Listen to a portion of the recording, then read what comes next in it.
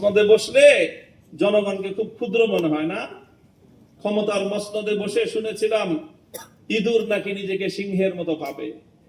আজকে বিএনপির অবস্থা দেখে মনে হচ্ছে তারা ক্ষমতার মসনদে বসার পর জনগণকে তারা ইঁদুর আর নিজেদেরকে সিংহের মতো ভাবছে।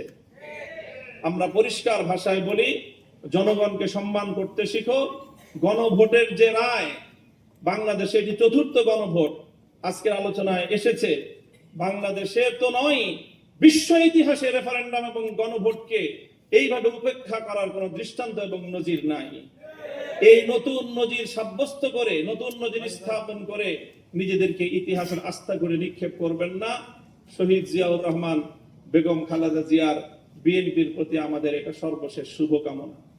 এরপরও যদি আমাদের আর কিছু বলতে হয়, আন্দোলনের মাঠে কথা হবে, রাজপথে আমরা তোমাদেরকে মোকাবেলা করবো ইনশাআল্লাহ।